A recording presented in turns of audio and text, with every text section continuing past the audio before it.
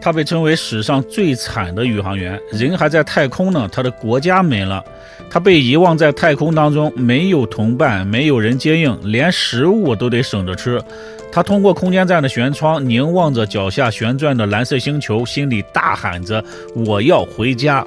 最终呢，他在太空站里被困了311天之后，成功的回到了地球。他的名字叫做谢尔盖·克里卡洛夫，他是史上最惨的宇航员，同时呢，他也是最后一位苏联人。大家好，我是海岩，今天我们就来讲述他的故事。1958年8月27日，谢尔盖·科里卡列夫出生在苏联的列宁格勒，也就是今天的俄罗斯的圣彼得堡。那个年代呢，苏联正处于航天的黄金时期，加加林完成了人类首次太空飞行，这让每个苏联的孩子对于星空充满了向往。克里卡列夫的童年并不富裕但是他对机械的痴迷很早就显现出来了。他喜欢拆解玩具，研究飞机模型，还常常在河边去看滑翔机翱翔。1975年，他从高中毕业之后呢，以优异的成绩考入了列宁格勒机械学院，主修机械工程。1981年毕业之后他进入了著名的能源火箭航天公司，负责航天设备的测试和太空操作方法开发，还参与地面控制工作。这份工作呢，让他近距离的接触到了各类航天器。1985年，27岁的克里卡列夫被选为宇航员，他接受了一系列严苛的训练，包括失重模拟、离心力的测试、耐力的挑战、太空行走模拟等等等等。1988年11月26日对克里卡列夫来说是终生难忘的一天。这一天呢，他乘坐的联盟 TM-7 号宇宙飞船第一次飞向了太空。那次任务，他在太空中停留了115天，圆满完成了所有的工作。但真正让他成为传奇的呢，是他的第二次太空之旅。1991年5月18日，克里卡列夫再次登上了联盟 TM-12 号的宇宙飞船开启了第二次太空之旅。这一次任务原定呢是停留在太空当中5个月的时间，他将和其他的宇航员一起对和平号空间站进行升级和维护。同行的呢还有指挥官阿尔茨巴尔斯基以及英国的首位航天员海伦。海伦在空间站里待了7天的时间，完成试验之后呢就返回地球了。克里卡列夫和指挥长呢，则继续留在空间站里，兢兢业业地执行任务。然而呢，谁也没有想到，一场巨大的政治风暴在地球上开始酝酿。1991年8月19日苏联发生了政变，保守派呢试图推翻戈尔巴乔夫的政府。政变很快就失败了苏联的解体呢已经不可避免。当时的克里卡列夫呢正在和平号空间站里面做实验他通过无线电只知道地面发生了动荡。从8月下旬开始，克里卡列夫收到的新闻卷信内容就变得不太正常了。但那时候呢，互联网还没有普及，远在地球之外的他根本就不知道地面上到底发生了什么。直到10月份，哈萨克斯坦宣布独立之后呢，克里卡列夫才意识到地面出事了。为什么是哈萨克斯坦呢？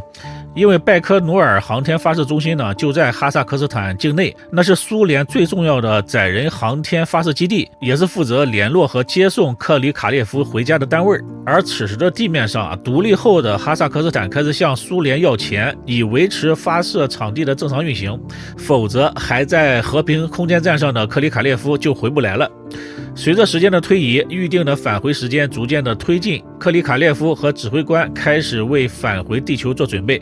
但是奇怪的是呢，地面控制中心与他们的联系越来越少，指令也变得越来越模糊不清。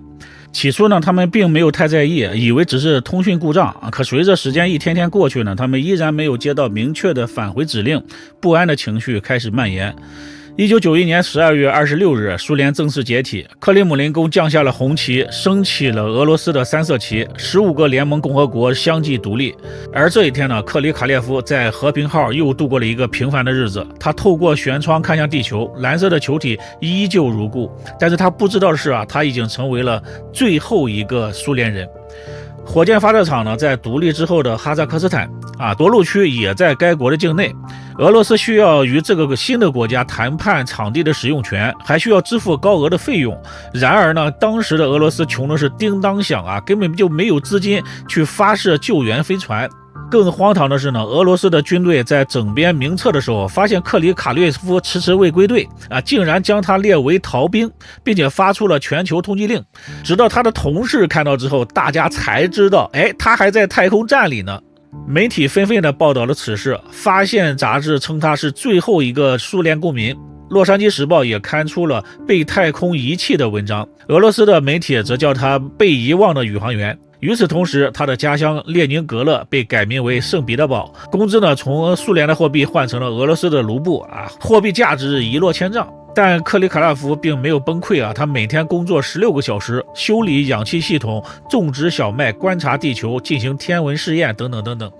在这段艰辛的日子里呢，克里卡列夫并没有完全的孤立无援，他通过无线电与一位澳大利亚的女子建立了深厚的联系。她的名字叫玛格丽特，是一位业余的无线电爱好者，拥有着俄语学士学位。从1991年开始呢，他们几乎每天都会通话，这样的联系持续了整整1年的时间。玛格丽特呢，向克里卡列夫传递西方媒体的一些新闻，包括政变的细节、叶利钦的演讲、各共和国的独立进程等等等等。这些信息让克里卡列夫及时的了解到地面发生的巨大变化，避免了完全与世隔绝的困境。他会和他分享日常的生活的点滴，比如家庭的食谱、澳大利亚的天气甚至讲一些笑话来帮他缓解压力。有了玛格丽特的陪伴，克里卡列夫才没有崩溃。而在地面上呢，俄罗斯和美国的航天部门紧密的协商最终决定由美国航天飞机提供协助。但是呢，和平号空间站已经非常的老旧了，必须常驻一名技能全面的宇航员来不停的维修，不然的话，这个造价昂贵的空间站就报废了。而克里卡列夫呢，是唯一一个能够维修并且保证空间站能够正常运行的宇航员，所以呢，在没有顶替克里卡列夫的宇航员来之前，他是不能回地球的。直到1992年3月，德国花费了2400万美元买了一个宇航员的名额，俄罗斯呢终于有钱派人去替换克里卡列夫了。此时的他呢已经在地球轨道上待了整整10个月的时间，绕了地球5000圈。1992年3月17日，联盟 TM-14 号飞船起飞，新机组人员到达。1周之后呢，克里卡列夫终于可以回家了。1992年3月25日，联盟 TM-13 号飞船带着克里卡列夫在哈萨克斯坦荒原着陆。着陆的那一刻，克里卡列夫非常的虚弱，他脸色苍白，浑身是汗，连站立起来都非常困难。医生呢只好用担架将他抬走。长时间的肌肉萎缩让他连走路都成为了难题。而他到地球之后，他说的第一句话呢不是抱怨，而是我觉得很满足，我完成了自己的工作，而且做得很好。当他被搀扶起来走出返回舱的时候呢，他的身上还穿着那件印有苏联国旗的宇航服。他脚下的土地已经不再属于苏联了，他的家乡已经也不再是列宁格勒，而是圣彼得堡。回到地球之后呢，克里卡列夫发现了一切都变了，家乡换了名字，货币大幅的贬值，商店里面空空荡荡的。他熟悉的那个苏联已经不复存在了，他不仅要重新适应地球的重力，而且呢还要努力的适应新的俄罗斯。更扎心的是呢，由于经济崩溃，他的月薪仅相当于2.5美元，连养家糊口都成了问题。在莫斯科的欢迎仪式上，叶利钦授予他俄罗斯英雄的勋章。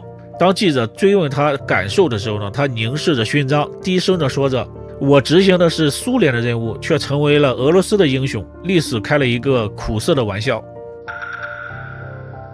令人钦佩的是呢，311天的太空流浪未能浇灭克里卡列夫的航天梦想。他康复得很快，仅仅3个月之后呢，就重返了航天训练。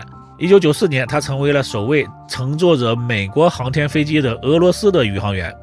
1998年，他参与了国际空间站的首个模块的对接工作。2000年到2001年，他成为了国际空间站首支长期考察队的成员。2005年的10月10日，克里卡列夫乘坐着联盟 TMA-6 飞船返回地球，结束了他的太空生涯。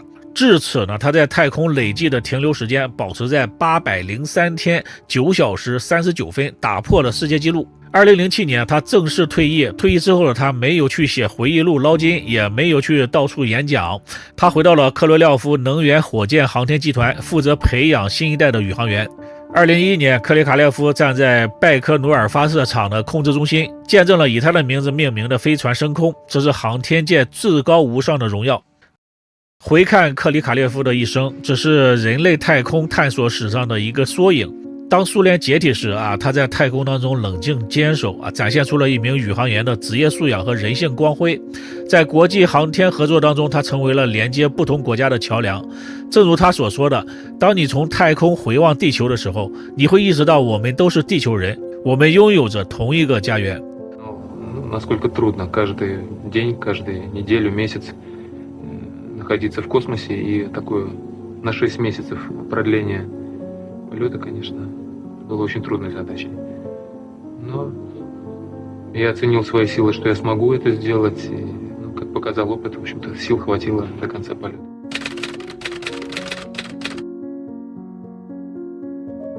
好了，这就是谢尔盖·克里卡列夫的故事。如果你觉得这个故事值得被很多人看到的话，别忘了点赞、关注、分享给好朋友。